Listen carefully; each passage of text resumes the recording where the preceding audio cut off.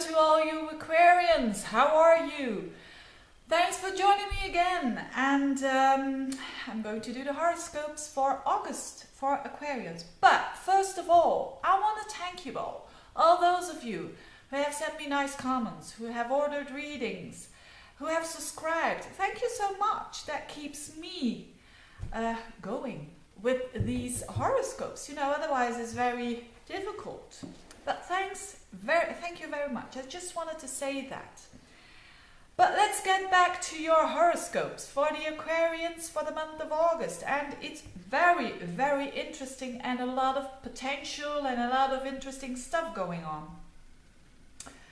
So the month really starts off very interesting for you because you have at the beginning of the month, I think the 2nd of August, yes, the 2nd of August, there's a full moon in your sign, which is always about an emphasis on you and the other person. And even when you're single, just you against other people.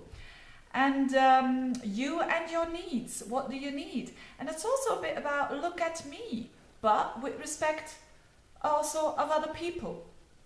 So there's also a possibility that you can do something unusual during that first week of August. And you're very used to that, aren't you? I mean, Aquarians usually are very original in what they do and are very, in French they call it avant la lettre. They always know some things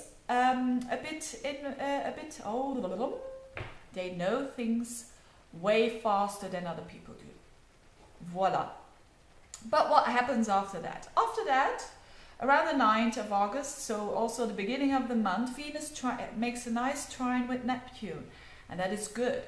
So you still have that Jupiter in your 5th house. Take advantage of that, because 5th house is the house of pleasure, it's the house of creativity, so you still have got that for the whole month.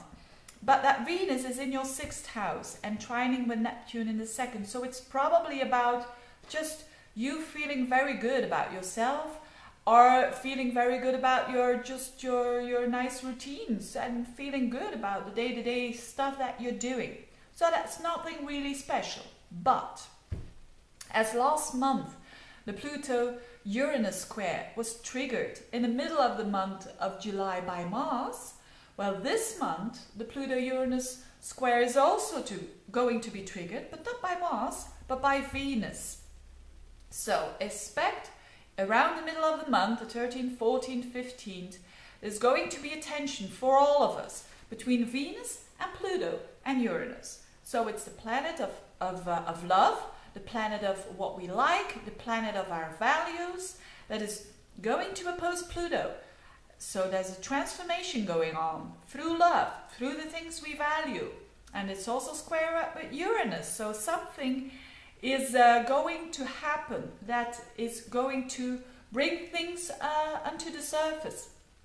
And of course, especially when you have planets around 8 degrees of Libra, Aries, Capricorn and Cancer. But if you haven't got any planets, it doesn't mean to say that you're not going to sense anything. This is a general horoscope.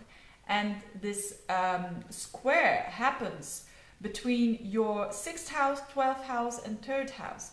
So it's all about communication and it's all about those routines and those stuff that is hidden. Because Pluto in the 12th house really means that you have to take into consideration things that are unconscious. And it could be the case, whatever it is, that has to come onto the surface. You know, for everybody it's different. It can be the case that you will have to communicate about it, because Uranus is in the 3rd house.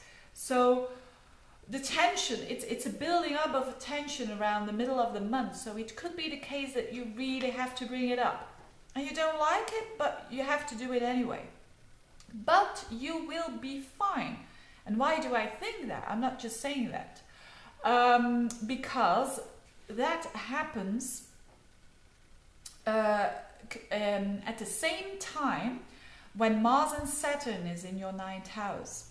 So the 9th house is also about communication, but on a higher level. And that Mars is going to conjunct Saturn So Mars in a conjunction with Saturn means frustrating energy. But you're going to be alright because it's on Spica. And that is a fixed star on 23 degrees of Libra. So in astrology there are a couple of fixed stars that are quite important in horary astrology, but they can also tell us something about how things are going to work out.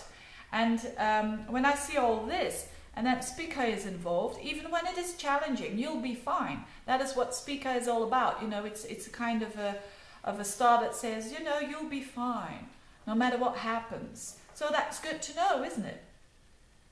So, whatever is frustrating concerning communication, concerning health, the 6th house, concerning work, concerning privacy, concerning things that you don't want to share, you will be fine. And things will come into the surface, but you will be triggered to do that, and it will be good afterwards. And why do I think it will be good afterwards? Because very shortly after that, at the 17th of August, there's a new moon in your opposite sign, in Leo.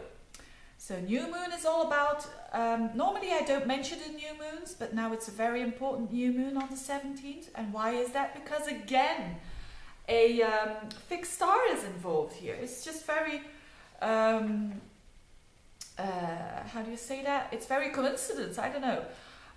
Coincidence, does that exist? I don't know. But anyway, it's on the star Regulus, and Regulus is at the end of Leo. A star at the very end of Leo, and this new moon is at the very end of Leo. So, and it's bang on your 7th house, at the end of your 7th house, which really means if you're in a relationship, then there is a redefining of your new relationship, and it's going to be a very ambitious, because that's Regulus, it's going to be a very ambitious new start. When you're single, and when you're single for a long time, you will really feel the need to reach out to other people, and you will be quite ambitious. So you will be stepping out when you did that for too long time, you know, closing yourself up in your house or whatever. You will feel the need to go out there, and that is good. It's also good if you're doing something with the public, you know, anything you're doing, anything where the public is concerned. It's very good to make something public during that time. Maybe it has to do with things that are hidden. I don't know. That 12th house could be the case that, you know, making things public could be good for you. Mercury is also going direct after the 8th of August, so in your 7th house. So communication will be better anyway. You did your part during last month and the beginning of this month, the first week of this month, about communication with other people, to how to do that in a better way, how to communicate better in a better way. And that is also going to be way easier for you after Mercury has gone direct in your sign, in the opposite sign, so in the house of the other. So there's a lot of focus of other people. You actually need other people during this month, especially during this month, with this new moon in your 7th house. So very interesting for new beginnings. If you're single, very, very interesting around that period. Please don't lock yourself up. Open your heart, please do so. And mostly Aquarians are very open-hearted, are very tolerant, and are very open. And the last thing, well, and also at the end of the month, so it's very much a month about the beginning is very easy, then there is in the middle of the month challenging stuff going on, and then it eases a little bit more again, because Mars is going to trine Neptune at the very end of the month. So that gives you a better understanding of what you truly value, because Neptune is in your 2nd house of values and of financial situation, and Mars is in the 9th. So it's again about that communication, that higher understanding. And the last thing I want to mention is something for all fixed signs. and that is quite important. And now I am talking particularly for those Aquarians who have degrees around 20, who have planets or an ascendant around 20 to 30 degrees. So only for these people, there's something very interesting going on between the North Node, Juno and Eros. Juno and Eros are little planets, and Juno is a little planet. It's all about commitment. It's all about the relationships that we want and that we will get. And Eros is all about passion. So do I need to say more? Those two are linked together with the North Node in Scorpio, because the North Node shifts at the very end of the month, around the 31st of August. So around that time, those three are conjuncting, which means that they're going to make a square with your ascendant or planets at the very end of Aquarius. And that means that your destiny comes closer to you, to your core. So everything that has to do with relationships, even that has to do with work, it's going to come closer to what you want, but not without its challenges, because it's a square. So that's a very interesting thing happening for those who have planets at the very end of Aquarius. So I hope this month is going to be a good month for you. I wish you all the best for the month of August. Thank you for watching.